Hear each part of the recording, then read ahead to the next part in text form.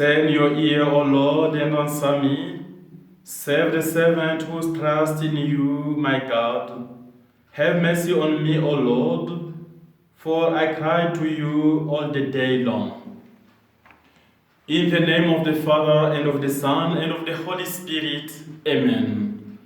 The grace of our Lord Jesus Christ, and the love of God, and the communion of the Holy Spirit be with you all. My dear brothers and sisters in Christ, today we celebrate the 21st Sunday in the ordinary time of the Church.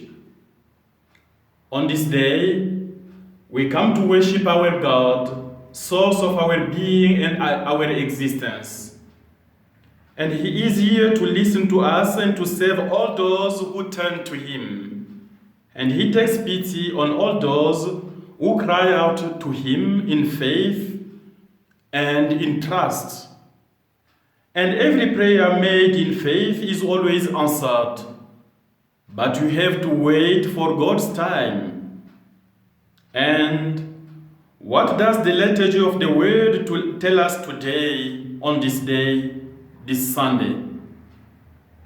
In reading the Gospel of St. Matthew, chapter 16, verses 13 to 20, we have seen that people are very mistaken about the identity of Jesus.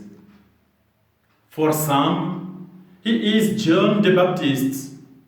For others, Elijah the prophet. For still others, Jeremiah or one of the prophets.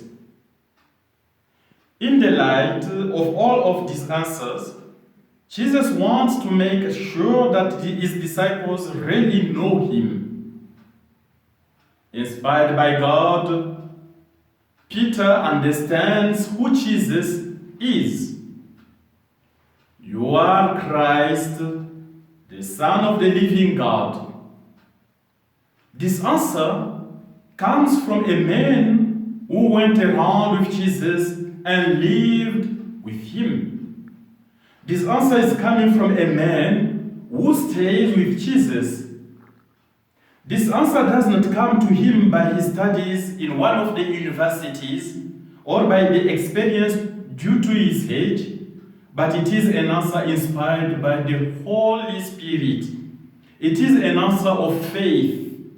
It is the Holy Spirit who helps us to know who Jesus is. And St. Paul, in his letter to the Corinthians, chapter 12, verse 3, says, "No one can say Jesus is the Lord except by the Holy Spirit." In response to this beautiful profession of faith, Peter receives a great mission.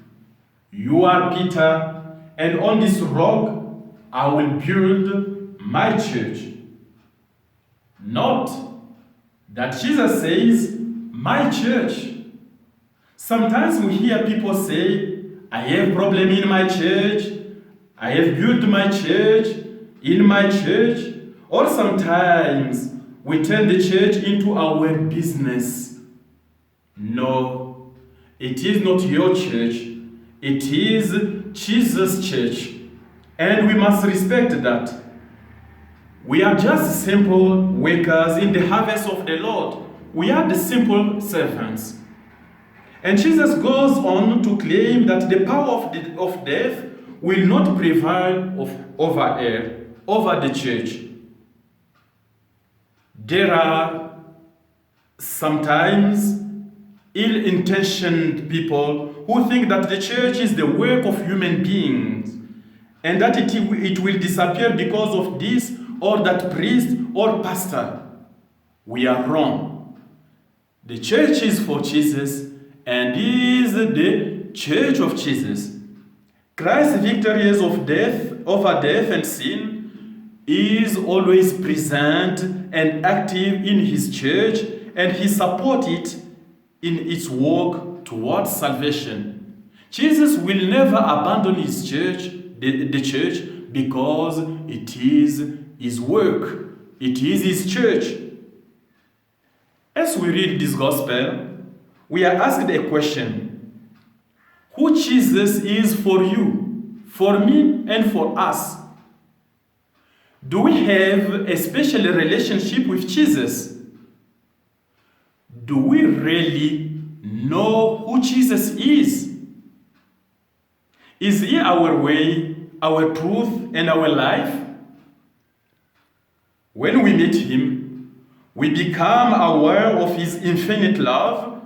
Even there our way of living and thinking changes totally and radically, and we take pleasure in announcing him everywhere because we are transformed by the grace of Jesus. We are transformed by him. We are transformed in the light of the resurrection of Jesus. It is also this love of the Lord that we are invited to welcome into our lives, so that we can better radiate it around us. The Lord commits us to participate in the construction of his church. When you visit a construction site, you don't judge it by the mess you find there. No. Our eyes must be on the future. Division, violence, and scandals will not have the last word against the Church of Jesus Christ. It is in this hope that we commit ourselves, like Peter and his companions, to following our Savior. This call from the Lord, we already found it in the first reading of the book of the prophet Isaiah, chapter 22, verse 19 to 23. In this book, the prophet tells us about Eliakim, who is called by God to take care of his people, to serve his people. He receives the investiture in place of a royal servant who has become too ambitious. We don't know anything about Eliakim, but his name means God raised him up to participate to the salvation of his people, to serve his people, to be with his people. Therefore, God called Eliakim. We are called for a purpose by God.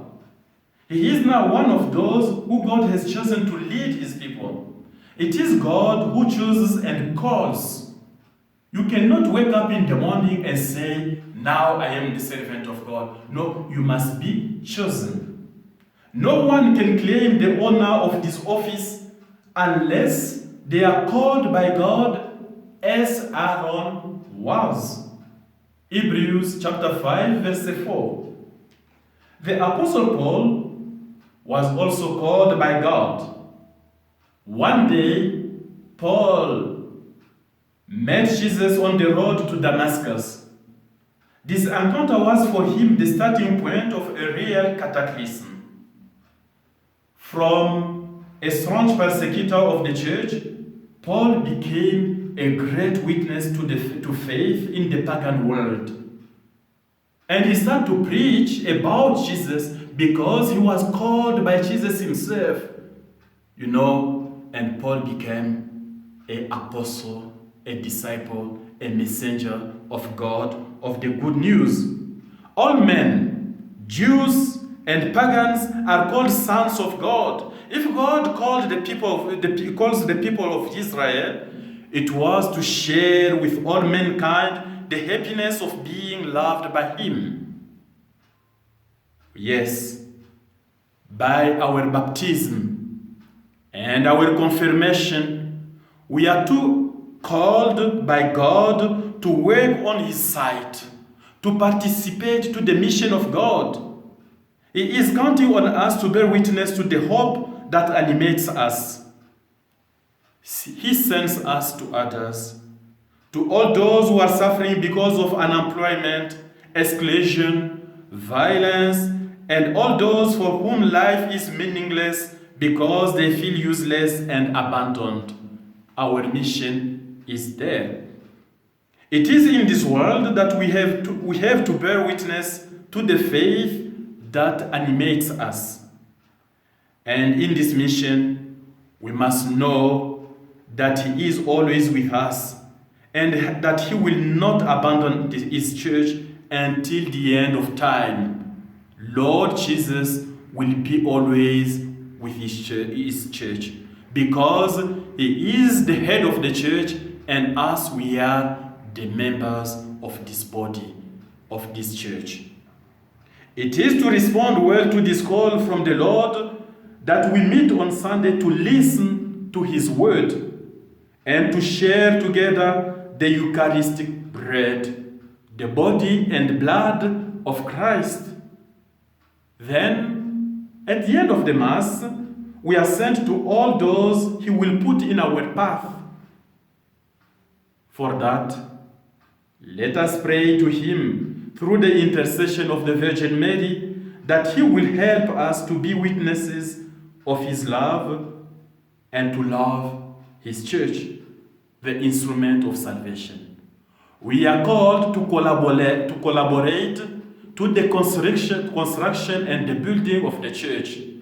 Therefore, we must understand that God has chosen us to be His disciples, to be His apostles for the salvation of the world. Amen.